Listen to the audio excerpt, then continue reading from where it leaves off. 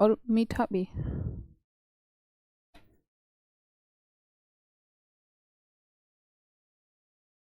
Hello, good afternoon, नमस्कार। कैसे हैं सभी प्यारे बच्चे? मैं स्वाति तोमर आप लोगों का बहुत बहुत बहुत स्वागत करती हूँ RW ट्यूशन क्लासेस के आज के इस बेहतरीन सी, आज के इस जबरदस्त सी, आज के शानदार सी क्लास में एक बार सभी प्यारे बच्चे आ जाएंगे ताकि बेटा हम आज की अपनी जबरदस्त बेहतरीन शानदार क्लास को शुरू कर सकें।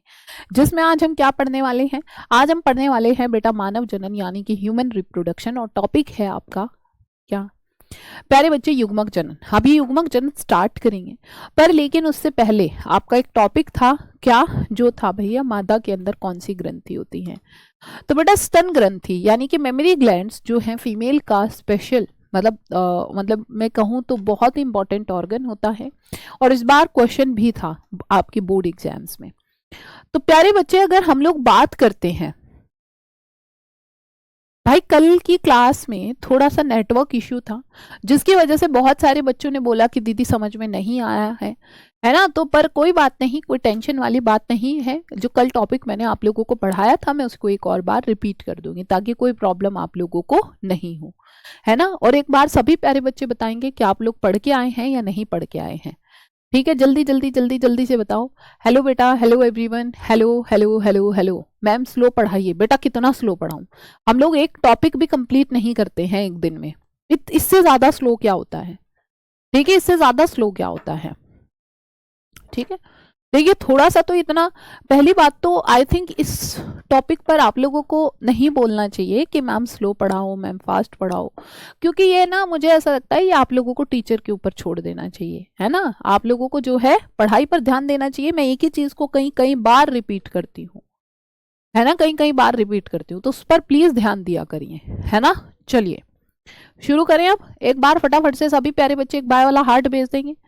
जल्दी जल्दी जल्दी जल्दी जल्दी से एक बार सभी प्यारे बच्चे आ भी जाएंगे ताकि हम क्लास को स्टार्ट कर सकें। प्यारे बच्चे कल की क्लास में मैंने क्या क्या पढ़ाया था? हाँ जी, कल की क्लास में प्यारे बच्चे वो हमने क्या क्या पढ़ा था? क्या क्या पढ़ा था? हाँ जी हाँ जी हाँ जी, बिल्कुल बिल्कुल बिल्कुल बिल्कुल बिल्कुल। देखते हैं एक बार यहाँ पर। प्यारे बच्चे सबसे पहले तो मैंने आप लोगों को कल एक तो हाइमन के बारे में बताया था। हाइमन क्या होता है? हाइमन एक्चुअल में एक लेयर होती है फीमेल्स के अंदर, ठीक है, एक झिल्ली होती है जिसको माना जाता है कि वर्जिनिटी का सिंबल है। मतलब अगर वो टूटी तो इसका मतलब कि वो वर्जिनिटी का सिंबल माना जाता है। ऐसा माना जाता है कि फर्स्ट टाइम सेक्सुअल इंटरकोर्स के टाइम पर वो टूटती है। पर लेकिन ऐसा नहीं है, कभी कभी साइकिलिंग से, घुड़सवारी से, कोई खेलने से कि इस वजह से भी वो टूट जाती है। तो इसलिए हम ये कह सकते हैं कि प्यारे बच्चे वो कोई वर्जिनिटी का सिंबल नहीं है। ठीक है, कल ये सब मैंने पढ़ाया था। उसके बाद बेटा आपका क्या आता है भाई? दूसरा टॉपिक था आपका यही स्तन ग्रंथि। प्यारे बच्चे स्तन ग्रंथि क्या है जी? द्वितीयक लैंगिक अभिलक्षण है जिसमें मैं पूरा स्ट्रक्चर एक बार आपको बना देती हूँ। फीमेल रिप्रोडक्टिव मतलब जो मेमोरी ग्लैंड है उसका बच्चा आप लोगों को बहुत अच्छे से याद होगा। हाँ जी, जल्दी जल्दी जल्दी जल्दी बताओ। ठीक है, कल तुम लोगों ने मेरे साथ स्ट्रक्चर देखा था। इसमें क्या होता है कि कुछ ग्रांथिल ऊतक होते हैं, ग्रांथिल ऊतकों से मिलकर बना होता है ये, है ना। ग्रांथिल ऊतकों से बना होता है। इसमें क्या होती है बेटा? 10 से 15 स्तनपालियां होती हैं, है ना। 10 से 15 स्तनपालियां होती हैं, और हर एक स्तनपाली के अंदर कुछ कोशिकाओं के गुच्छे होते हैं जो क्या कहलाता है? जो बेटा कुपिका कहलाता है। और कुपिका के अंदर ही क्या होता है प्यारे बच्चे? दुग्ध निर्माण होता है। ठीक है, उसके अंदर ही प्यारे बच्चे दुग्ध निर्माण होता है। आई होप कल की इतनी सारी बातें आप लोगों को याद आ गई होंगी। ठीक है, याद आ रही है या नहीं आ रही हैं? इसी का चलो मैं साथ साथ एक फ्लो चार्ट भी बना देती हूँ। चित्र तुम लोगों ने कल से बनाया हुआ है तो तुम्हें याद ही होगा। हाँ जी, thank you so much Gungun, है ना। बताइए बताइए बताइए बताइए बताइए। हाँ जी बिल्कुल, बताओ बेटा। चलिए मैं साथ में एक फ्लो चार्ट भी बना देती हूँ। इसमें होता क्या है? सबसे पहले जैसे मैंने आपको बताया कि ग्रंथिल ऊतक होते हैं, है ना। ये फ्लो चार्ट आगे बना लेना आप अपना। है ना, ग्रांथिल ऊतक होते हैं, या फिर प्यारे बच्चे जिसको, हाँ जी, जिसको क्या कहा जाता है, जिसको वसा ऊतक भी कहा जाता है। जिसको क्या कहा जाता है बच्चा, भाई मेरे, जिसको, या फिर बेटा इसको वसा ऊतक भी कहा जाता है, या फिर प्यारे बच्चे इसमें वसा ऊतक भी होता है। उसके अंदर 10 से 15 क्या होती हैं, स्तनपालियां होती हैं। 10 से 15 क्या होती हैं बेटा, स्तनपाली भी होती हैं। ठीक है, स्तनपालियां भी होती हैं। फिर इसके बाद नेक्स्ट पार्ट पर क्या होता है प्यारे बच्चे, स्तनपालियों के बाद फिर क्या होता है बच्चा, फिर होता है जी यहाँ पर, फिर होती हैं उसके अंदर कुपिकाएं, है ना, कुछ कोशिकाओं का गुच्छा होता है कुपिका, और कुपिकाओं के अंदर ही क्या होता है बच्चा, दुग्ध का निर्माण, है ना, यहाँ पर ही क्या होता है बेटा, दुग्ध निर्माण होता है ना, दुग्ध निर्माण। फिर उसके बाद आप देखते हो इसके बाद क्या होता है बेटा, फिर आगे दुग्ध आगे जाएगा तो किसी में, जिसको हम क्या कहते हैं, जिसको प्यारे बच्चे दुग्ध वाहिनी कहते हैं, है ना, या दुग्ध वाहिनी मतलब एक नली नुमा जो संरचना होती है ना, जो कैसी होती है, एक नली नुमा संरचना होती है। ठीक है ठीक, मतलब जिनको हम क्या कह सकते हैं, सॉरी, दुग्ध वाहिनी नहीं, स्तन नलिका, है ना, हाँ, स्तन नलिका, दुग्ध वाहिनी तो लास्ट में टर्म आएगा, है ना, स्तन नलिका होता है। ठीक है, क्या होता है, स्तन नलिका। प्यारे बच्चे ये जो स्तन नलिका होती है, स्तन नलिका मतलब नाम से ही समझ में आ रहा है, यहाँ पर देखो हमने इतना बना लिया। ठीक है, स्तन नलिका जो नली नुमा संरचना होती है ना, यहाँ से जितना भी जो मिल्क बना है, जो दुग्ध बना है, वो इन नलिकाओं के थ्रू यहाँ पर आ जाएगा। ठीक है, यहाँ पर आ जाता है। बताओ यहाँ तक किसी प्यारे बच्चे को कोई दिक्कत परेशानी हो तो, हाँ जी बताइए, क्या यहाँ तक की बातें क्लियर है सभी को। देखो अब आप फ्लो चार्ट से पूरा रिलेट कर पा रहे हो, चित्र मत बनाना, तुम्हारे पास चित्र कल का बना हुआ है। ठीक है जी, चित्र बेटा कल से तुम्हारे पास ऑलरेडी बना हुआ है। ठीक है, फिर इसके बाद तुम क्या देखते हो, स्तन नलिका हो गया, ये सारी इकट्ठी होकर स्तन वाहिनी बनाते हैं। ठीक है, फिर क्या बनता है बेटा, स्तन वाहिनी। इसके बाद है ना क्या बनता है, स्तन वाहिनी बनता है। फिर उसके बाद क्या होता है, फिर स्तन तुम्बिका बनाते हैं। फिर क्या बनाते हैं बेटा, फिर बनाते हैं जी स्तन तुम्बिका। ठीक है बेटा, फिर क्या बनाते हैं बच्चा, स्तन तुम्बिका बनाते हैं। ठीक है, फिर क्या बनाते हैं जी, स्तन तुम्बिका बनाते हैं बच्चा, स्तन तुम्बिका बनाते हैं। ठीक है, पूरी सब एक साथ ये इकट्ठा होके ये हो गया जी स्तन तुम्बिका। ठीक है, बताओ क्या यहाँ तक की बातें सभी प्यारे बच्चों को क्लियर हैं या फिर नहीं है। एंड आई होप अगर यहाँ तक की बातें सबको क्लियर है तो इसके बाद आगे चलते हैं।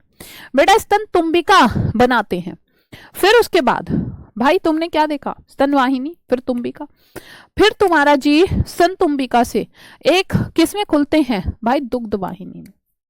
ठीक है, दुग्ध वाहिनी में, और यही कनेक्टेड होता है बाहर की तरफ। ठीक है, यही कनेक्टेड होता है बाहर की तरफ। अब तुम्हें लगेगा दीदी ऐसे क्यों बना दिया, क्योंकि बेटा आगे जगह नहीं बची थी।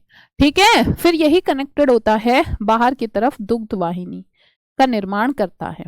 ठीक है, निप्पल के रूप में बाहर की तरफ। ठीक, आई होप यहाँ तक की बातें सभी को क्लियर है और आपको पूरा ये समझ में भी आ गया होगा। नहीं, नोट्स में ये तो तुमने कल ही बना लिया होगा, नोट्स में इसको बना लेना, फ्लो चार्ट को। फ्लो चार्ट तुम्हें हेल्प करेगा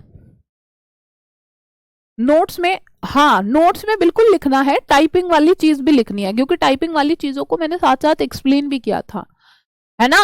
हाँ दीदी, सब कुछ समझ में आ रहा है। मोहिनी, क्योंकि बेटा हार्मोन्स की भी जरूरत होती है भैया, हार्मोन्स की भी जरूरत होती है। दुग्ध श्रावण का यही तो पूरी प्रक्रिया है, और क्या है, ऐसे ऐसे प्रेगनेंसी के टाइम पर मिल्क फॉर्मेशन होगा, मिल्क प्रोड्यूस्ड होगा। ठीक है जी, फिर मिल्क प्रोड्यूस्ड होगा। बताइए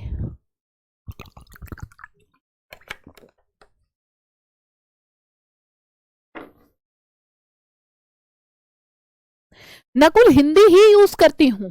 बेटा क्या तुमने नहीं देखा, है ना, क्या तुमने नहीं देखा कि तुमने यहाँ पर क्या देखा है बच्चा, तुमने यही तो देखा है, सब कुछ हिंदी में ही तो लिखा है, अंग्रेजी में कुछ लिखा है। और अगर कहीं पर मैं अंग्रेजी यूज भी करती हूं तो वहां पर उस अंग्रेजी का कोई ना कोई मतलब होता है, ठीक है, उस अंग्रेजी का कोई ना कोई मतलब होता है बच्चा, ठीक। चलिए अब हम बात करते हैं, इसके बाद हाइमन और सारे टॉपिक लिखने हैं भाई नोट्स में, तो ठीक है, सारे टॉपिक लिखने हैं।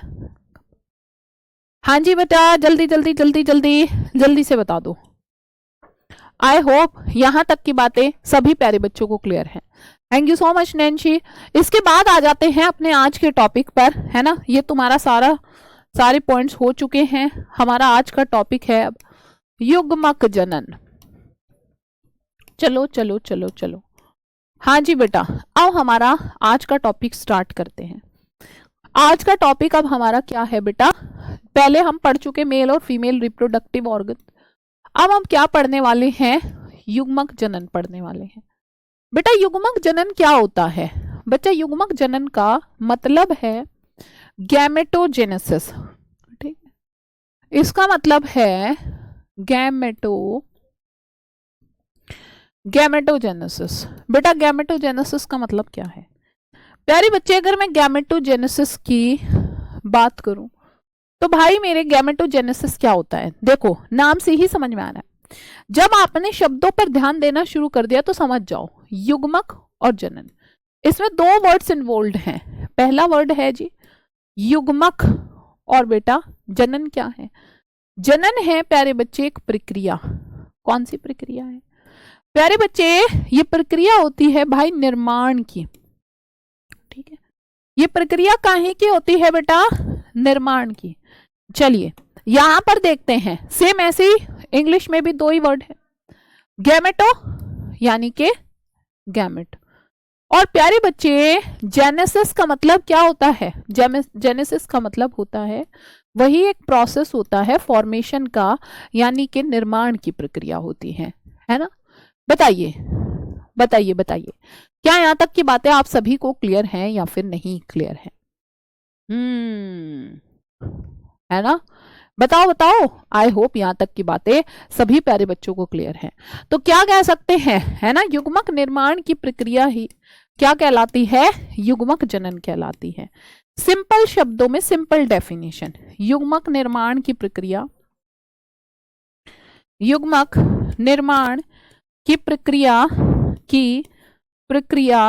क्या कहलाती है बेटा, युग्मक निर्माण कहलाती है, की प्रक्रिया ही क्या कहलाती है, युग्मक निर्माण या युग्मक जनन कहलाती है ना, युग्मक जनन कहलाती है, युग्मक जनन कहलाती है। बताइए क्या यहाँ तक की बातें सभी प्यारे बच्चों को क्लियर हैं या फिर नहीं? एंड आई होप अगर यहाँ तक की बातें सबको क्लियर हैं, तो मतलब युग्मक का जो फॉर्मेशन होता है, युग्मकों का जो निर्माण होता है, युग्मक निर्माण की प्रक्रिया ही क्या कहलाती है। बेटा क्या क्लियर नहीं है इसमें, ये बताओ मुझे, है ना, क्या क्लियर नहीं हुआ इसमें भैया? जब युग्मक बनते हैं, युग्मक के निर्माण की प्रक्रिया ही युग्मक जनन कहलाती है। तुम लोग शब्दों पर ध्यान क्यों नहीं देते? वर्मा योगेश आप मुझे एक बात बता दो, चैप्टर तो भैया चैप्टर जैसा होता है, ठीक है। प्रमाण यादव क्या पॉइंट खत्म हो गया?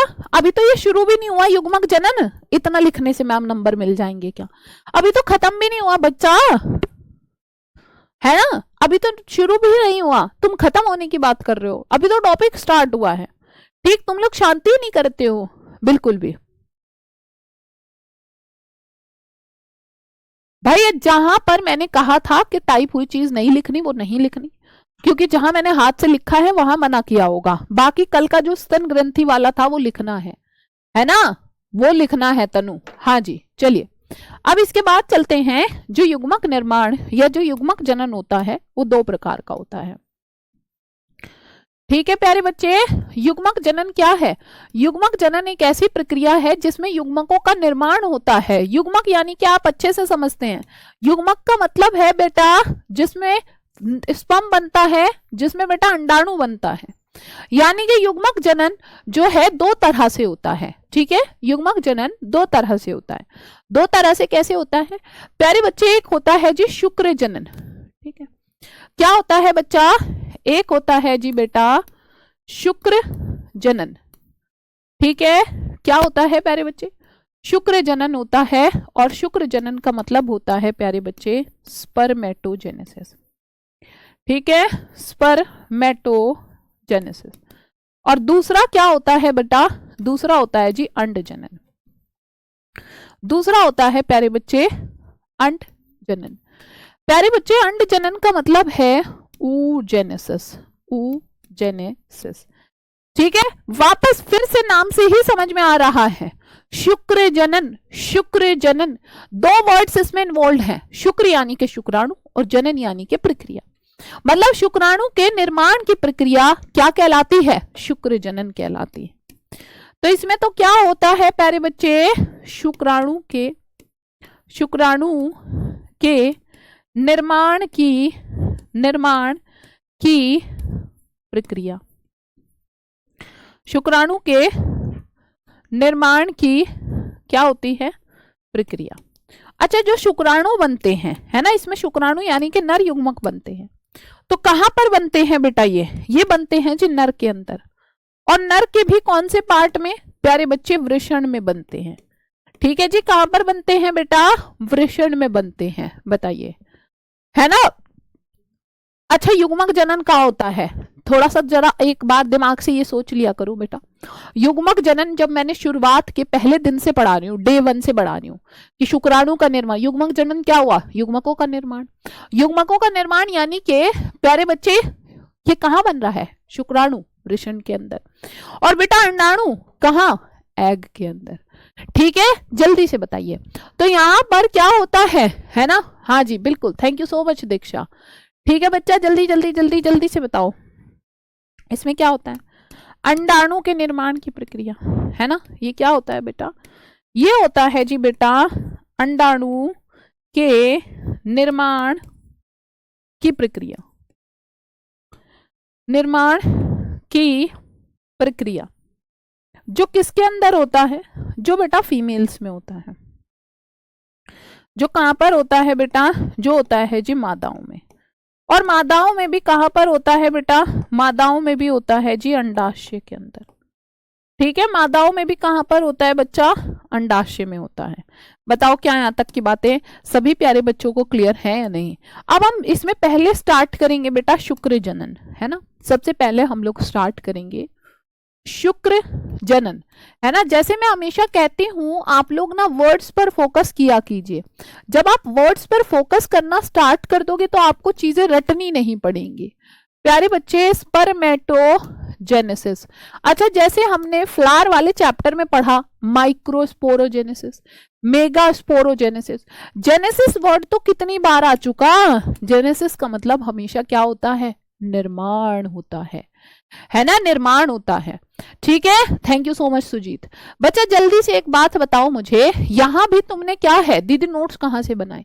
भाई जो ओवरी वाला बताया है, सॉरी ओवरी जो स्तन ग्रंथि वाला फ्लो चार्ट बनाया वहां से ही बनाना है सब कुछ, ठीक है जी। जल्दी जल्दी जल्दी आंसर करो प्यारे बच्चे। यहां पर तुमने क्या देखा है? कुपिकाओं के अंदर मैंने बताया ना तुमको, वहां पर दुग्ध निर्माण हुआ था। हाँ जी,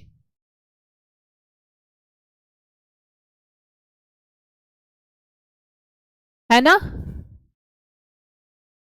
बताओ बताओ बताओ।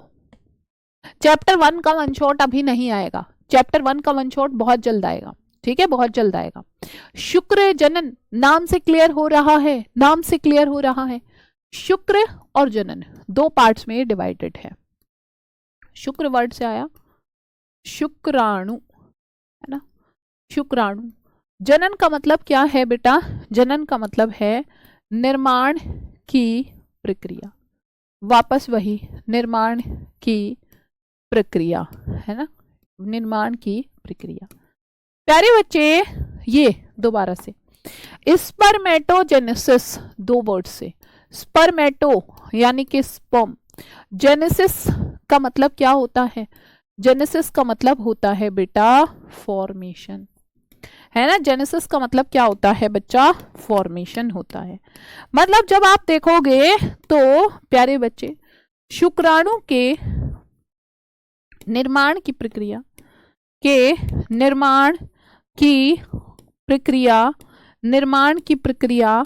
क्या कहलाती है बेटा, शुक्राणु के निर्माण की प्रक्रिया ही शुक्र जनन कहलाती है। ठीक है, यही क्या कहलाती है प्यारे बच्चे, शुक्र जनन कहलाती है। ठीक है, क्या कहलाती है, शुक्र जनन कहलाती है। चलिए अब हम एक बार इसको स्टार्ट करते हैं। जो फ्लो चार्ट अभी इसमें मैं बनाऊंगी वो सबसे इंपॉर्टेंट है। ठीक है, वो सबसे इंपॉर्टेंट है। प्यारे बच्चे, अगर मैं आपको एक बात बताऊं, ये स्टार्ट कहां से होता है भाई, जल्दी जल्दी जल्दी जल्दी जल्दी जल्दी से एक बार बता दो। ठीक है, विवेक जितनी चीजें कराई हैं वो हर एक पॉइंट बहुत ही वैलिड है और आपका टोटली एनसीईआरटी बेस्ड है। ठीक है बच्चा, किताब खोलकर देखिए। हाँ जी, चलिए अब हम शुरू करते हैं इसके बाद आगे। ठीक है, अब हम इसके बाद चलते हैं प्यारे बच्चे थोड़ा सा आगे। बच्चे जब आप यहां पर इसके बाद नेक्स्ट पॉइंट पर चलेंगे,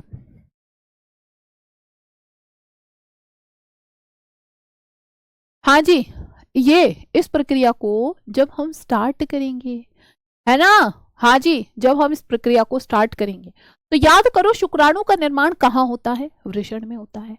और बेटा वृषण में भी कहां पर होता है प्यारे बच्चे, वृषण के अंदर भी एक जो आपकी नलिका होती है, शुक्र जनक नलिका। प्यारे बच्चे, मैंने शुक्र जनक नलिका का फंक्शन क्या बताया था, नाम से ही क्लियर हो रहा है, शुक्र जनक मतलब जहां पर शुक्राणु का निर्माण होता है, जहां पर क्या होता है प्यारे बच्चे, जहां पर जी शुक्राणु का निर्माण होता है ना। और शुक्र जनन के अंदर भी मैंने क्या बताया था, वहां पर भी शुक्र जनक, शुक्र यानी कि शुक्राणु, जनक मतलब जन्म देने वाली। जहां मैंने आपको क्या बताया था कि दो तरह की सेल्स होती है हमारे पास।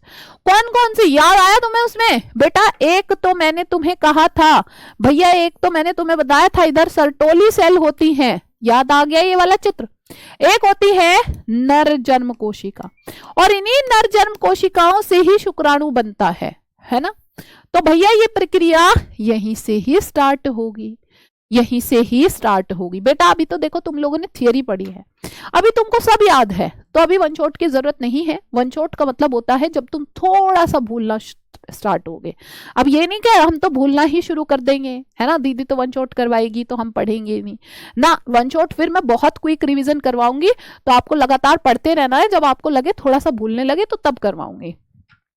ठीक, तो ये प्रक्रिया कहां से भाई, हमारी पहली सेल होती है कौन सी, नर के अंदर प्यारे बच्चे, नर जन्म कोशिका होती है, नर जन्म कोशिका, जिसको मेल जर्म सेल कहते हैं। और इसी को बेटा स्पर्मेटोगोनिया और स्पर्मेटो, ठीक है प्यारे बच्चे, हाँ जी, इसी सेल को स्पर्मेटोगोनिया भी कहते हैं, या मेल जर्म सेल भी कहते हैं। अब जरा ध्यान से सुनना, हाँ अब जरा ध्यान से सुनना प्यारे बच्चे। अब जब तुम इसमें देखोगे जो हमारी नर जर्म सेल है, ये होती है बेटा द्विगुणित, ठीक है, और इनके अंदर क्या होता है, समसूत्री विभाजन। इसके अंदर क्या होता है प्यारे बच्चे, समसूत्री विभाजन। और ये मैंने आपको पिछले चैप्टर में भी पढ़ाया था, समसूत्री विभाजन क्या होता है। सम का मतलब होता है समान, यानी कि जहां पर गुणसूत्रों की संख्या समान होती है, जिसमें गुणसूत्रों की संख्या सेम रहती है ना, गुणसूत्रों की संख्या सेम रहती है, यही क्या कहलाता है, यही कहलाता है समसूत्री विभाजन। ठीक है, बताइए अभिषेक, वो याद रहता है बेटा रिवाइज करने से। ठीक है जी बच्चा, अब जल्दी से बोलो, जल्दी जल्दी जल्दी जल्दी जल्दी बेटा, समसूत्री विभाजन हुआ। अब समसूत्री विभाजन के बाद तुम यहां पर क्या देखते हो, तुम क्या देखोगे बच्चा, इसमें क्या बनेगा भैया, गुणसूत्रों की संख्या तो समान है, पर हमारे पास बनता है जी यहां पर क्या, जो सेल पहले नंबर पर बनेंगी, इनको एक स्पेशल नाम दिया जाता है प्राथमिक, देखो कैसे याद करो बेटा, नर जन्म कोशिका में समसूत्री विभाजन हुआ और समसूत्री विभाजन के बाद जो सेल पहले नंबर पर बनी उनको प्राथमिक, प्राथमिक मतलब पहले नंबर पर। शुक्र कोशिका, शुक्र कोशिका क्यों कहा? क्योंकि इन्हीं से शुक्राणु का निर्माण होता है, तो इसीलिए इन वाली सेल्स को शुक्र कोशिका कहा जाता है। ठीक है, शुक्र कोशिका कहा जाता है। अब इन्हीं में प्राथमिक शुक्र कोशिका के अंदर क्या होता है बेटा? अब होगा अर्धसूत्री विभाजन। अब क्या होगा प्यारे बच्चे? अब होता है जी अर्धसूत्री विभाजन। बेटा नाम से ही समझ में आ रहा है अर्धसूत्री विभाजन। अर्धसूत्री, अर्धसूत्री का मतलब होता है, अर्ध मतलब गुणसूत्रों की संख्या आधी होना। बिल्कुल जो ये मैं बना रही हूं, ये पेपर में भी फ्लो चार्ट बनाना है, और इवन पेपर में फ्लो चार्ट नहीं भाई, ये तुम्हारी किताब में भी फ्लो चार्ट ऐसे ही दिया गया है। ठीक है, जल्दी बताओ अर्धसूत्री का मतलब क्या हुआ? जब गुणसूत्रों की संख्या क्या हो जाती है प्यारे बच्चे? जब गुणसूत्रों की संख्या आधी हो जाती है। और गुण अर्धसूत्री विभाजन बेटा दो स्टेप्स में कंप्लीट होता है, जिसमें आपने क्या देखा? अर्धसूत्री विभाजन प्रथम, यानी कि जो पहले नंबर पर होगा ये कहलाएगा अर्धसूत्री विभाजन प्रथम। और प्यारे बच्चे अर्धसूत्री विभाजन के बाद ही हमारी गुणसूत्रों की संख्या आधी हो जाती है। इस बात को ध्यान रखना, जब अर्धसूत्री विभाजन प्रथम होता है तभी गुणसूत्रों की संख्या आधी हो जाती है ना। चलो अब बेटा देखो, वैसे भी तुम ऐसे ट्रिक से याद रख सकते हो बेटा, प्राथमिक कोशिकाओं में जो पहले सेल बने उनमें अर्धसूत्री विभाजन प्रथम हुआ है, और इसके बाद पहले नंबर पे सेल बन चुकी है। अब जो दूसरे नंबर पर बनेंगी वो क्या कहलाएंगी बेटा? पहले नंबर पे बनी प्राथमिक शुक्र कोशिका, दूसरे पे बनेंगी तो द्वितीय शुक्र कोशिका। देखो नाम ऐसे याद रखो, पहले नंबर पर बनी प्राथमिक, प्राथमिक मतलब पहले शुक्र कोशिका, और दूसरे नंबर पर बनेगी द्वितीय शुक्र कोशिका। चलो अब क्या होगा इधर? अब बनेगी जी तुम्हारी द्वितीय शुक्र कोशिका। बेटा जी क्या बनी जी? द्वितीय शुक्र कोशिका। भाई मेरे, जो तुम्हारा द्वितीय शुक्र कोशिका बना है, जो तुम्हारी द्वितीय शुक्र कोशिका बनी है बच्चा, द्वितीय अब दूसरे नंबर पर बनी है। हाँ ये लिखना है, कहीं नहीं लिखना भैया, सब कुछ लिखना है जो लिखवा रही बेटा। द्वितीय शुक्र कोशिकाओं के अंदर फिर क्या होगा? अर्धसूत्री विभाजन द्वितीय होगा, क्योंकि पहले ऑलरेडी हो चुका है प्राथमिक कोशिकाओं में पहला विभाजन, द्वितीय कोशिकाओं में बेटा दूसरा विभाजन। तो इनमें फिर से अर्धसूत्री विभाजन द्वितीय होगा। ठीक है, अर्धसूत्री विभाजन द्वितीय होगा। बेटा जब अर्धसूत्री विभाजन द्वितीय होगा तो इस बार ये क्या बना देंगे बच्चा? अर्धसूत्री विभाजन द्वितीय के बाद में ये बना देती हैं, जल्दी से बता दो, अर्धसूत्री विभाजन द्वितीय के बाद शुक्राणु प्रशु बना देती हैं, है ना बेटा? क्या बना देती हैं बच्चा? अब बनाती हैं ये शुक्राणु प्रशु, स्पर्मेटिड्स बनाती हैं। ठीक है, क्या बनाती हैं जी बेटा? शुक्राणु प्रशु बना देते हैं, और शुक्राणु प्रशु से अब बनेगा डायरेक्ट शुक्राणु। ठीक है, शुक्राणु प्रशु ही कन्वर्ट होता है किसमें बेटा? शुक्राणु में। ठीक है, इन्हीं से क्या बनता है बेटा? इसी से बनता है जी शुक्राणु। ठीक है, बताइए क्या यहाँ तक की बातें सबको क्लियर है या फिर नहीं? इसी का जरा मैं चित्र भी बना देती हूँ एक बार, इसी का मैं जरा चित्र भी बता देती हूँ। हाँ बिल्कुल, मैं दोबारा शुरू से रिपीट कर रही हूँ। जैसे अगर हम लोग एक बात करते हैं, पहला हम पढ़ क्या रहे हैं? हम पढ़ रहे हैं बेटा शुक्र जनन। शुक्र जनन एक ऐसी प्रक्रिया है कि जिसमें शुक्राणु का निर्माण कैसे होता है। तो बेटा अगर मैं शुक्राणु के निर्माण की बात करूं तो बेटा ये स्टार्ट होता है एक सेल से, और उस सेल का नाम क्या होता है भाई? हमारी पहली सेल है ना, हमारी सबसे पहली सेल जिसको नर जन्म कोशिका कहा जाता है, जो द्विगुणित होती है, जिसके अंदर गुणसूत्रों की संख्या 46 होती है। बेटा इसके अंदर क्या होगा, ये वृद्धि करती है। और इसमें समसूत्री विभाजन होता है जहां पर गुणसूत्रों की संख्या समान होती है। जहां पर जी बेटा गुणसूत्रों की संख्या समान होती है। तो ये हुआ 46, ये हुआ 46। इसके बाद अब होता है बेटा अर्धसूत्री विभाजन।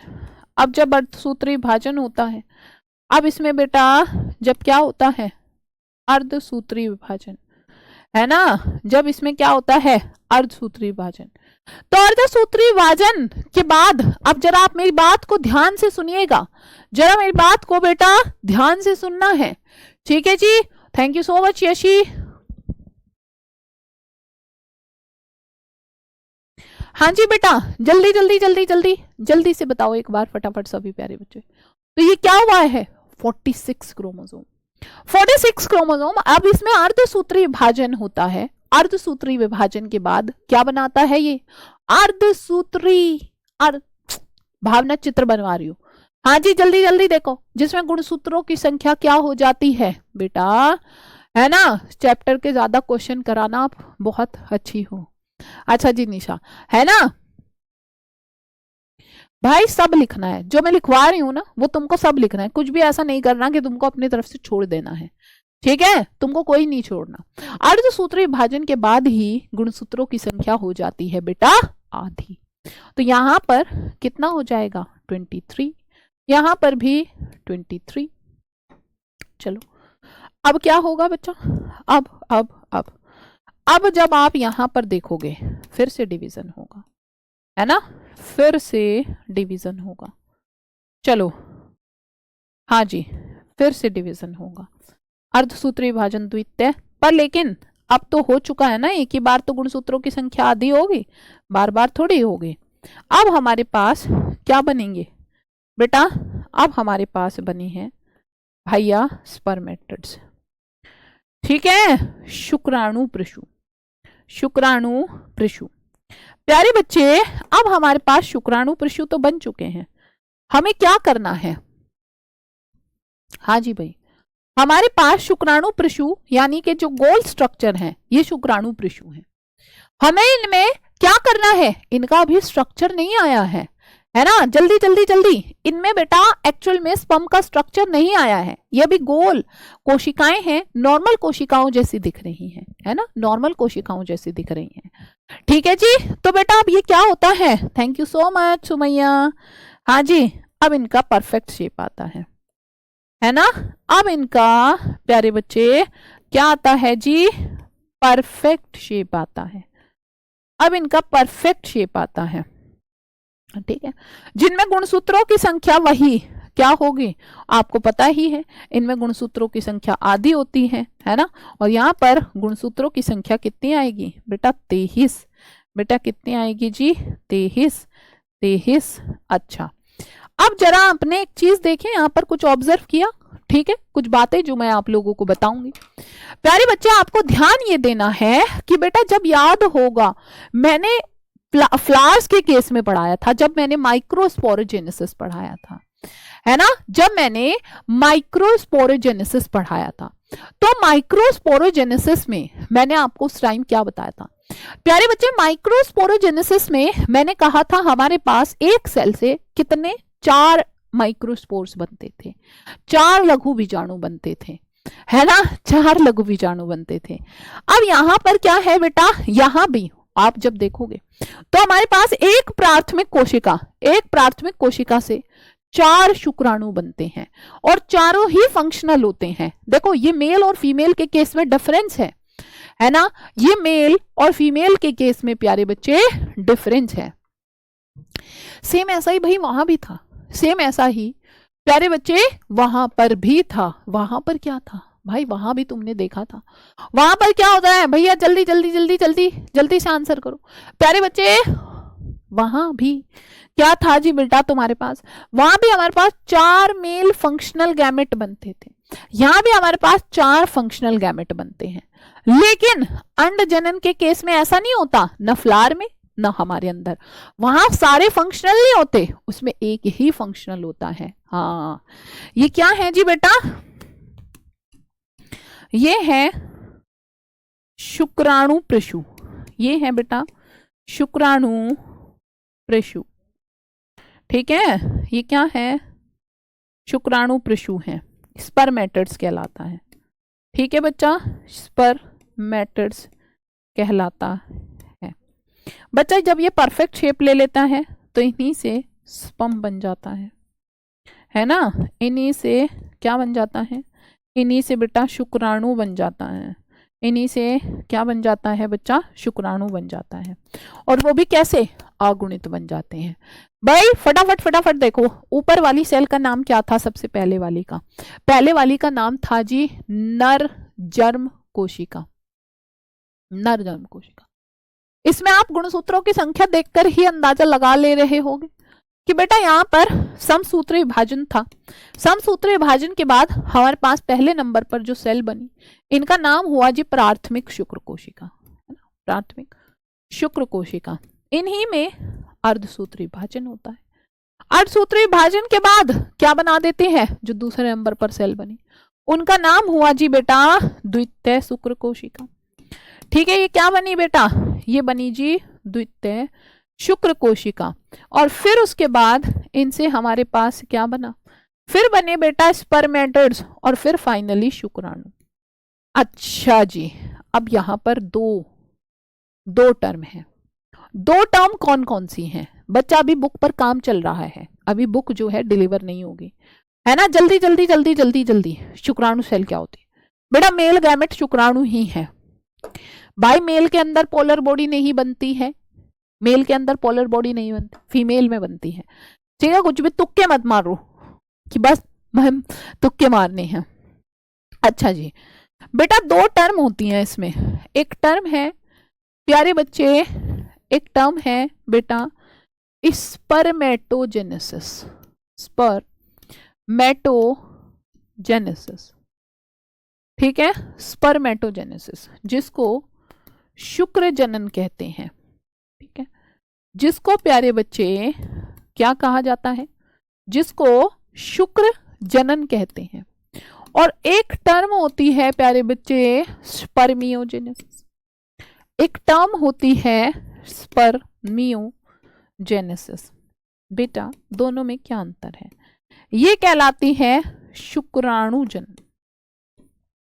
ठीक है, ये कहलाती है शुक्राणु जनन। भाई दोनों में क्या डिफरेंस है, दोनों में क्या अंतर है, एक बार ये बता दो मुझे प्यारे बच्चे। दो टर्म है, दोनों में क्या डिफरेंस है ना, बताओ फटाफट। आपको एक ही अंतर दिख रहा होगा। एक टर्म है स्पर्मेटोजेनेसिस, एक टर्म है बेटा स्पर्मियोजेनेसिस। क्या दोनों में कोई डिफरेंस है भाई, मेरे को तो नाम से ही समझ में आ रहा है, स्पर्मियोजेनेसिस और स्पर्मेटोजेनेसिस। आपको कहीं बार एग्जाम में आ जाए तो तुम तो कंफ्यूज हो जाओगे, कंफ्यूज नहीं होना। स्पर्मेटोजेनेसिस होता है शुरू से लेकर लास्ट तक जो शुक्राणु बने। ठीक है, रुको बताती हूं।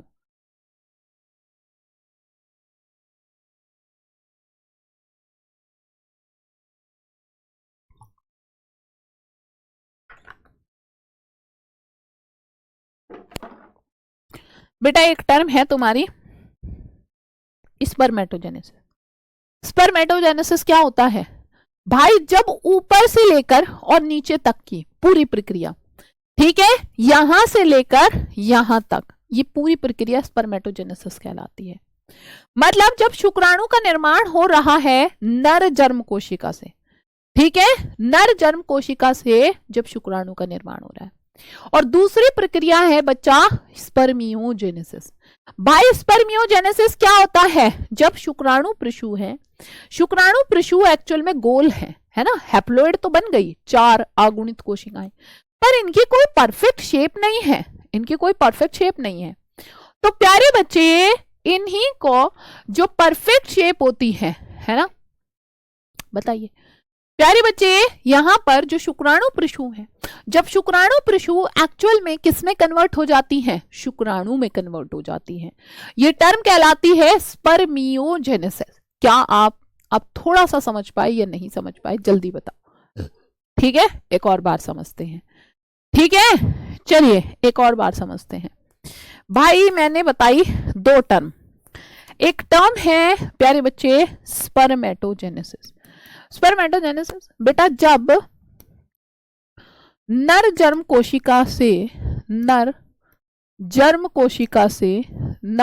कोशिका या फिर स्पर्मेटोगोनिया से, है ना, कोशिका से शुक्राणु का निर्माण होता है ना, क्या शुक्राणु का निर्माण होता है, ठीक है, शुक्राणु का निर्माण होता है। तो ये टर्म क्या कहलाती है बेटा? ये कहलाता है स्पर्मेटोजेनेसिस। पर लेकिन बच्चा अगर बात करूं स्पर्मियोजेनेसिस, तो जब शुक्राणु प्रशु, देखो जो शुक्राणु प्रशु है उनकी गोल स्ट्रक्चर है, एक्चुअल में स्पर्म नहीं बना है, वो अभी उसके पास टेल नहीं है। मतलब बेटा स्पर्मेटर्स तुम्हारी कैसा है बेटा? ये अचल होता है। अचल का मतलब क्या है कि बेटा ये चल नहीं सकता। भाई इसके पास कोई पूंछ थोड़ी है कि ये उससे चल लेगा। लेकिन लेकिन लेकिन लेकिन लेकिन प्यारे बच्चे, है ना भाई, जब तुमने देखा स्पर्म, बेटा स्पर्म क्या होता है? चल संरचना होता है ना। ये क्या होता है? चल का मतलब इसके पास अब टेल है तो ये मूव कर सकता है ना। आई बात समझ में? हाँ, शुक्राणु प्रशु से शुक्राणु बनने की प्रक्रिया। तो प्यारे बच्चे शुक्राणु प्रशु से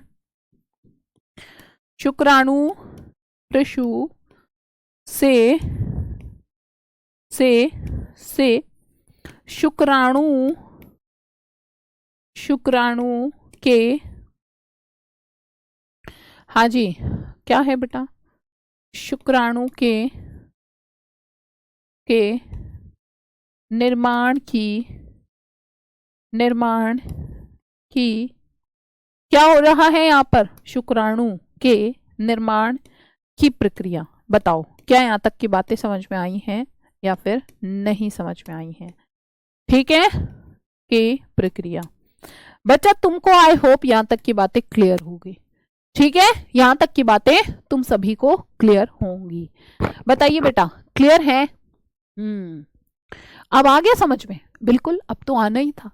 पर एक और बात भाई, ये प्रक्रिया लड़कों के अंदर तो होती है, पर कब से स्टार्ट होती है लड़कों के अंदर, है ना? कब से स्टार्ट होती है प्यारे बच्चे? शुक्र जनन की प्रक्रिया, एक सेकेंड, हाँ जी, शुक्र जनन की प्रक्रिया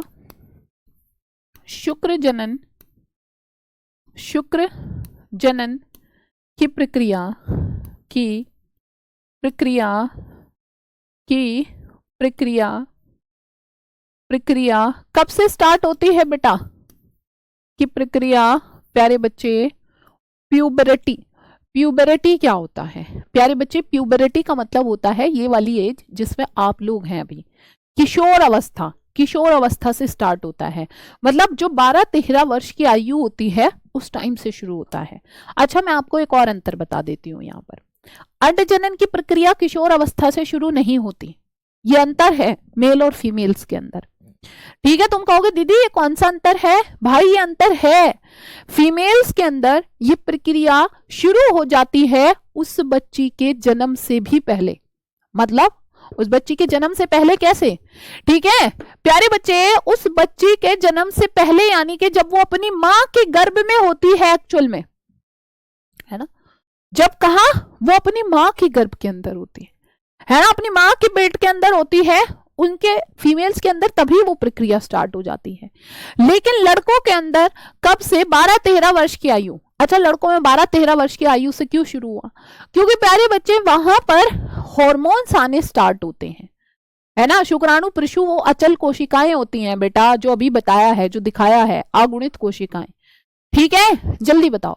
तो शुक्र जनन की प्रक्रिया प्यारे बच्चे लड़कों में किशोर अवस्था, लड़कों में कब से? किशोर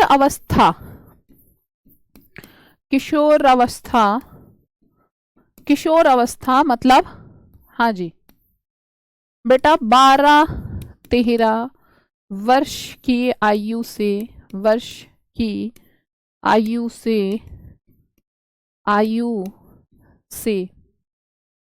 आयु से प्रारंभ होती है ना, आयु से प्रारंभ होता है ना, प्रारंभ होता है। बताइए क्या आपको यहां तक की बातें क्लियर हैं सभी प्यारे बच्चों को या फिर नहीं? ठीक है, हाँ जी, एक बार फटाफट बता दो।